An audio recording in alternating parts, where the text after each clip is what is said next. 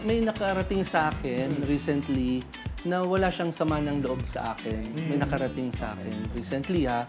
So, ang sa akin kasi, what happened doon sa L'Accent Hotel, alam niya yung katotohanan. It's between me, my managers, siya, yung mga assistant na nandun. So, alam nila yung nangyari.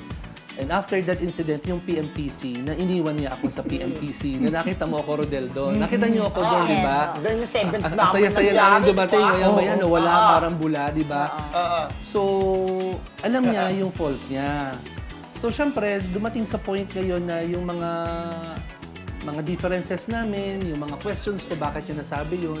So, namamagnify ng social media na wala naman akong intention at ang management ko na gawin yung karapat-dapat na hakbang na magsampa kami ng kaso. Okay. So, syempre, with all the lawyers, yung nag-a-advise sa amin, sabi niya, hindi may basis kung bakit mo dapat itong gawin. So, binigyan ni David ng another chance si Mark na mag-usap kami. Mag-usap sila. Minessage niya, tinawagan niya, nag-effort siya. Kasi po, once and for all, matapos to.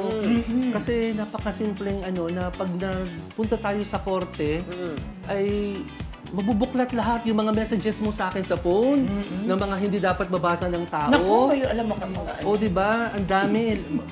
Sasabog lang lahat ito. Makakalkal lahat ang bawat Kakasira isa. niya rin di ba? Kakasira niya, lahat maapektuhan. Maraming madadamay.